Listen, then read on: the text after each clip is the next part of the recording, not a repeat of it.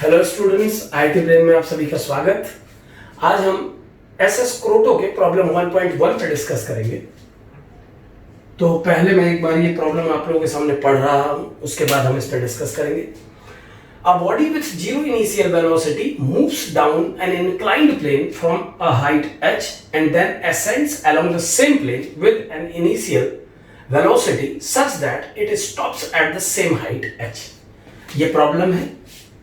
तो अगर हम इस प्रॉब्लम पे एक डायग्राम बना के डिस्कस करें तो क्या कंडीशन है। देखिए, एक बॉडी एक इंक्लाइन प्लेन के टॉप से थीटा एंगल वाले इंक्लाइन पे मान लेता हूं, एच हाइट का प्लेन है, मतलब इंक्लाइन की हाइट एच है, यहां से टॉप टू बॉटम मूव करती है और एक बॉडी बॉटम से स्टार्ट करके टॉप तक मूव करती है और टॉप पे पहुंच के स्टॉप हो जाती है। ये बात पे ध्यान रहे कि एक बॉडी टॉप से स्टार्ट करती है रेस्ट से और बॉटम तक आती है, और दूसरी बॉडी बॉटम से स्टार्ट करती है किसी वेलोसिटी के साथ, लेकिन टॉप पे पहुंच के रेस्ट में आ जाती है। ये दो कंडीशंस हैं। अब सरफेस के बारे में कोई इंफॉर्मेशन नहीं है, आगे ऑप्शंस हैं, ऑप्शन सुने। पहला ऑप्शन है time of ascent is more than the time of descent if inclined plane is smooth. Second option, time of descent is more than the time of ascent if inclined plane is smooth.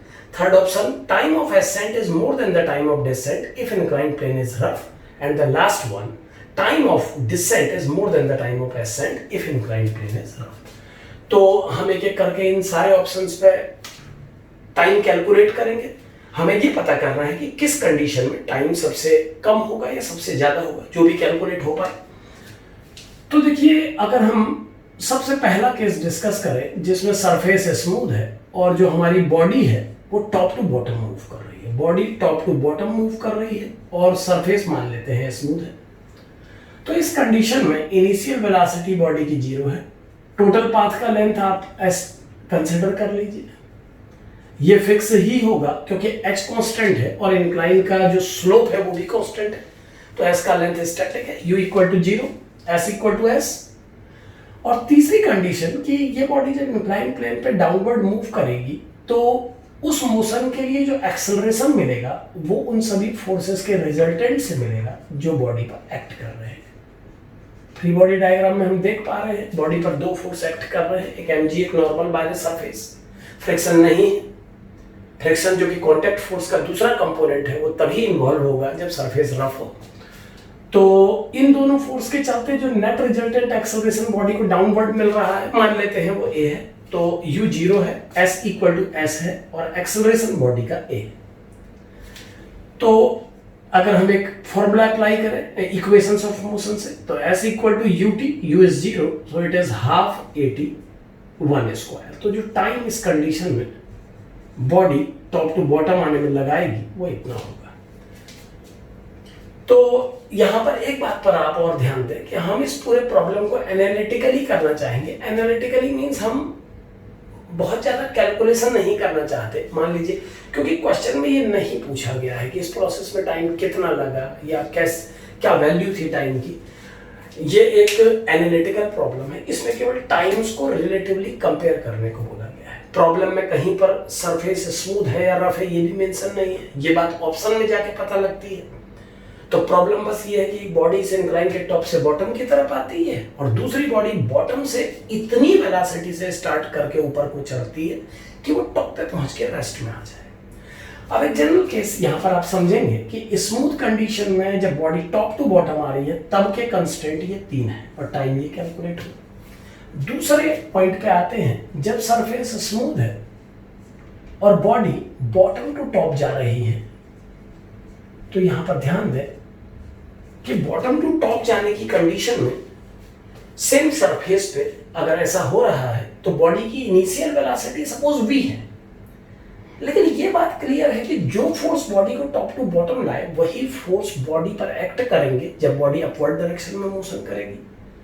तो इस picture के साथ हम कह सकते हैं कि body की इनिशियल वेलोसिटी, जो बॉडी की इनिशियल वेलोसिटी है वो तो कुछ डिफरेंट होगी, बट चूंकि क्वेश्चन में मेंशन है कि बॉडी बॉटम से स्टार्ट करके इतनी वेलोसिटी से चलती है कि टॉप पर पहुंच के रेस्ट में आ जाए, तो यानी कि अगर इन डाटा को कलेक्ट किया जाए तो बॉडी की फाइनल वेलोसिटी जीरो है। यहां पर मैं लिखना चाहूंगा कि जब बॉडी टॉप मोस्ट पॉइंट पे पहुंचती है तो नोटिस करें कि उसकी जो फाइनल वेलोसिटी है इस कंडीशन में वो 0 है, और बॉडी का जो एक्सेलरेशन है, चूंकि अपवर्ड डायरेक्शन में मोशन कर रही है बॉडी, तो उस मोशन के लिए यही ए अब रिटार्डेशन का रोल प्ले करेगा। यहाँ पर ये ध्यान रखें कि फोर्स एक्सेलरेशन देंगे या रिटार्डेशन देंगे, ये केवल इस बात पर डिपेंड करता है कि बॉडी के मोशन के अपोजिट है इसकी डायरेक्शन या सपोर्टिंग है। जब बॉडी डाउनवर्ड डायरेक्शन में मूव कर रही थी तो एक्सेलरेशन भी डाउनवर्ड था, एक्सेलरेशन अभी भी डाउनवर्ड है जब बॉडी अपवर्ड मूव कर रही है, बट अब ये मोशन का अपोजिशन कर रहा है, इसलिए रिटार्डेशन है। तो फाइनल वेलोसिटी बॉडी की इस कंडीशन में 0 हो जाएगी जैसा गिवन है, एक्सेलरेशन की वैल्यू अब -a होगी, और आप गौर करें जो पाथ का लेंथ है वो उतना ही रहेगा जितना पहले था, पाथ का लेंथ उतना ही होगा जितना पहले था।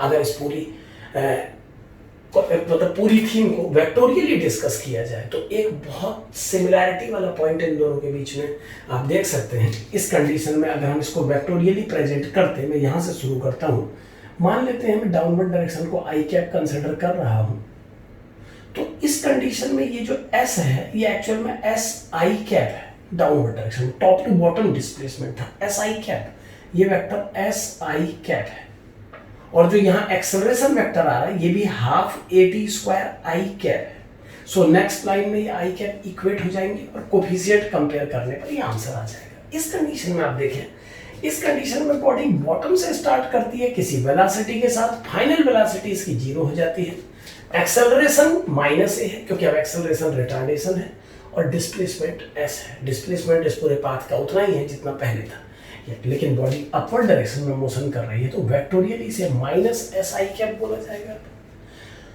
तो हम एक एनालिटिकल पॉइंट ये लगा सकते हैं कि अगर body bottom to top move कर रही है और टॉप मोस्ट पॉइंट पे वो रेस्ट में आ रही है, तो क्यों ना बॉडी के मोशन को रिवर्स डायरेक्शन में सॉल्व कर ले, क्योंकि ऐसा करने से बॉडी के मोशन के जनरलाइजेशन में कोई फर्क तो पड़ता नहीं है।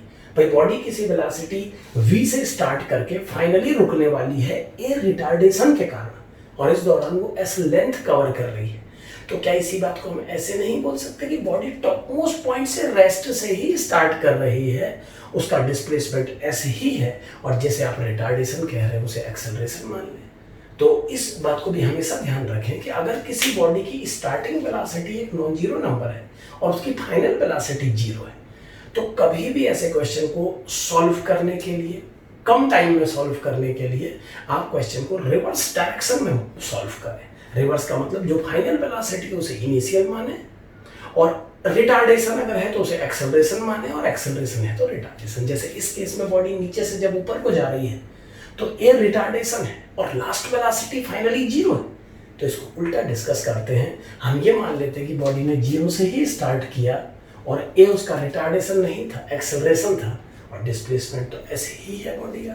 तो डेफिनेटली जब सारा डाटा सेम है, यानी फाइनल को मैं मान रहा हूँ, जो बी फाइनल है उसको मैं अगर अगले मोशन के लिए बी इनिशियल मान लूँ तो वो 0 है। अगर मैं इसको यू मान लूँ, बॉडी के मोशन को रिवर्स करके अगर मैं इसे यू मान लूँ, और एक्सेलरेशन चूंकि रिटार्डेशन जो है एक्सेलरेशन बन जाएगा डाउनवर्ड मोशन के लिए, और डिस्प्लेसमेंट वही है जो पहले था, तो बिल्कुल सिंपल सी बात है कि बिना कैलकुलेट किए भी एनालिटिकली हम लिख सकते हैं कि same time will be taken by the body to move from bottom to top.